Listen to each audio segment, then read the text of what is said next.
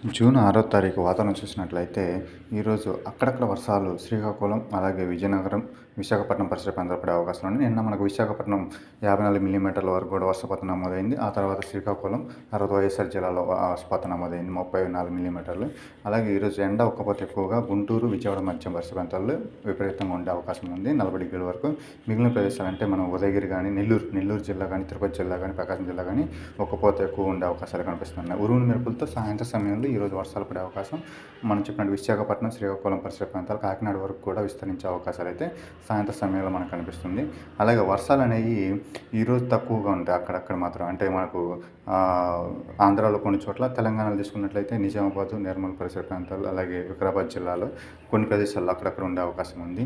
కానీ రేపు వాతావరణం మారే అవకాశాలు అయితే కనిపిస్తున్నాయి. కానీ 10వ తారీఖు వరకు కూడా 40 డిగ్రీల ఉష్ణోగ్రత నమోదయ్యే అవకాశాలు అయితే మనకు 10వ తారీఖు వరకు కూడా 40 డిగ్రీల ఉష్ణోగ్రత నమోదయ్యే అవకాశం ఉంది పగటిపూట. సాయంత్రం సమయంలో వర్షాలు మొదలయ్యే అవకాశాలు అయితే ఉన్నాయి.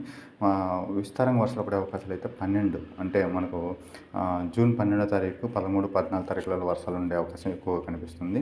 జూన్ 8 నుంచి కూడా మనకు తెలుగు రాష్ట్రాల్లో అక్కడక్కడ వర్షాలు అనేవి కాస్త పెరిగే అవకాశం, 10వ తారీఖు కల్లా కాస్త వర్షాలు ఎక్కువ చోట్ల ఉండే అవకాశాలు అయితే మనకు కనిపిస్తుంది. ఎండ ఒక్కపోతే మాత్రం 10వ తారీఖు వరకు కొనసాగే అవకాశం ఉంది. 10వ తారీఖు తర్వాత మనకు వర్షాలు పెరగడం వల్ల ఉష్ణోగ్రతలు తగ్గుముఖం పట్టే అవకాశాలు అయితే ప్రస్తుత వాతావరణం కనిపిస్తుంది. అలాగే వాతావరణ విశేషాలు ఎప్పటికప్పుడు మన ఛానల్లో తెలియజేస్తాం. సబ్స్క్రైబ్ చేసుకొని లైక్ చేయండి, షేర్ చేయండి తప్పకుండా.